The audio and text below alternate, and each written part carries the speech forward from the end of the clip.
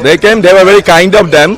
ये उन लोगों का बड़ापन है कि वो आया था, लेकिन मैं कम से कम मैं आपको बताना चाहूँगा कि मैं অন্তত 20 বাৰ যোৱা যেতিয়া মিটিং হৈছিলে মই যোৱা 20 বাৰ আছে 20 বাৰ মই শীৰ্ষ নেতৃত্ব কেসি বেণুগোপালক লগ পাবৰ কাৰণে মই তেওঁৰ ঘৰৰ আগত বুন্দাপৰ দিব লগা হৈছিল, কিন্তু তেওঁৰ সময় নহল।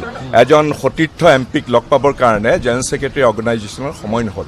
গতিকে এনেধৰণৰ উপেক্ষা, এনেধৰণৰ অপমান আৰু প্ৰত্যেক ক্ষেত্ৰতে লৰা ৰজা মতিয়া যিটো বিহেভিয়াৰ সেইবিলাকতো আৰু সদায় সহ্য কৰিব নোৱাৰি। গতিকে মই বৰ দুখেৰে সৈতে এই পদক্ষেপ ল'বলৈ কৰা হৈছিলে। মোক সকলো ধৰণৰ ডিচিশ্যন মেকিঙৰ পৰা মোক আঁতৰাই ৰখোৱা হৈছিলে আৰু মই সঁচা কথা ক'বলৈ গ'লে মই যেন এজন এলাগী। আৰু অকল সেয়াই নহয়, টিকেটৰ কথা কৈছে, টিকেটটো হয়, কিন্তু সেইটোৱে মোৰ জীৱন মৰণৰ একমাত্ৰ ইছ্যু আছিলে। মই এইটো মোৰ দ্বিতীয় টাৰ্ম এমপি হিচাপে। মই 2 বছৰ দ্বিতীয় টাৰ্মটোৰ মই 2 বছৰ কমপ্লিট কৰাই নাই। 4 জুনত মোৰ 2 বছৰ হ'ব আৰু 3 বছৰ আছে।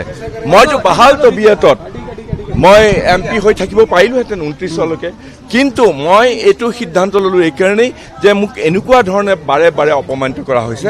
মই একেবাৰে ভেজিটেবল হৈ যাম, মানে প্ৰত্যেক ক্ষেত্ৰতে মোক অপমানিত কৰা হৈছে।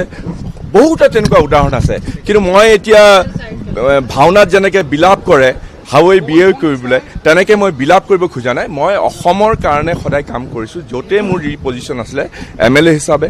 আৰু সেই সময়ত আটাইতকৈ যিটো জ্যোতি পৰিৱেশত অসমত আছিলে, মোৰ মাৰ্ঘেৰিটা সমষ্টিটো আলফাৰ একেবাৰে স্নায়ু কেন্দ্ৰ আছিলে। মোক পৰিয়ালক, মোক বিভিন্ন ধৰণে ভাবুকি আছিলে, মোক মাৰিবৰ কাৰণে ফটোৱা জাৰি হৈছিলে।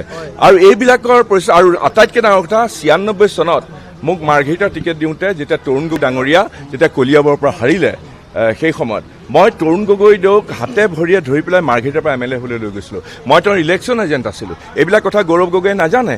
কিমান মই সঁচা কথা ক'বলগীয়া, কিন্তু কংগ্ৰেছ দলৰ ওপৰত মই খুব কৃতজ্ঞ।